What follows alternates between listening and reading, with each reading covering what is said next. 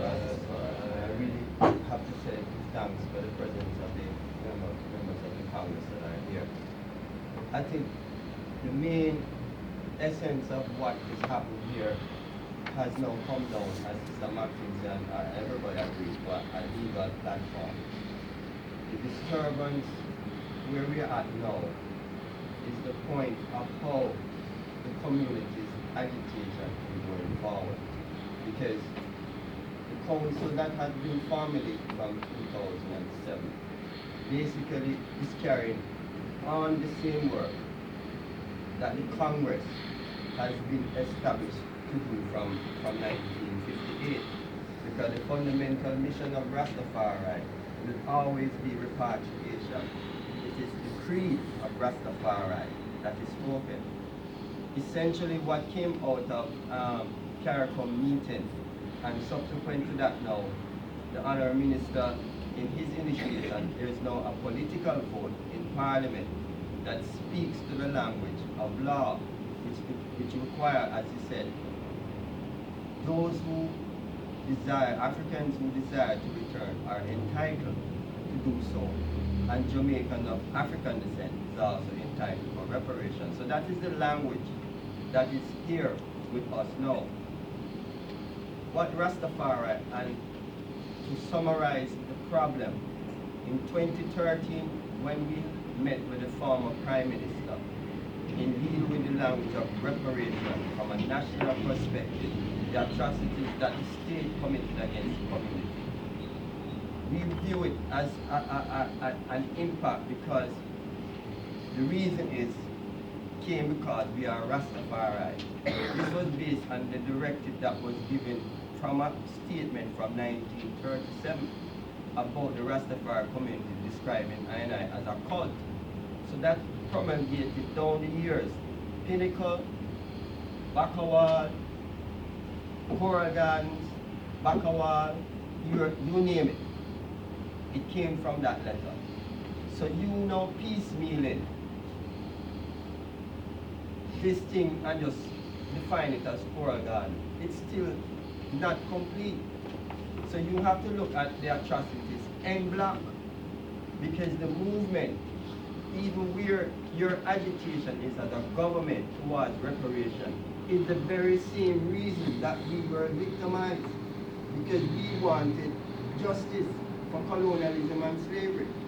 So you can't be issuing such, as the Honourable Minister said, and you don't negate the Rastafari portion. So Coral Garden should not have come as a piecemeal, but rather, how now can we come collectively as a unit, as Rastafari now, look at the atrocities and then pinpoint where our demand is. The demand where we are at now are international lawyers. So if there is a situation that we as a community can come together and look at the redress from the national perspective and use that avenue where that demand of funding is concerned to look at the hiring of international lawyers to address these human rights violations, because you're looking at an era pre and post independence to address the atrocities. But it has to be done with now, because now you have the Durban Declaration looking at the atrocities of colonialism and slavery. This is how we can work that set into play. When the Honourable Prime Minister Gonzalez addressed the matter at the United Nations, the UN said it could not be dealt with from a Prime Minister perspective. In other words, they are saying that it's the claimants that has to put forward that level of demand. So here we are now. Through the Prime Minister? Exactly, through that representation. So the Prime Minister, because he had gotten documentation from the community, that is how now the 10-point framework came onto being, where the first one is apology, the second one is repatriation, and the third one was the right for indigenous people. Because this is the language what I put forward, because we made that levels of representation. What it requires now, if that is the case, the community must take action in by dealing with a petition That is where you're going to get the legal inscription of the claimants.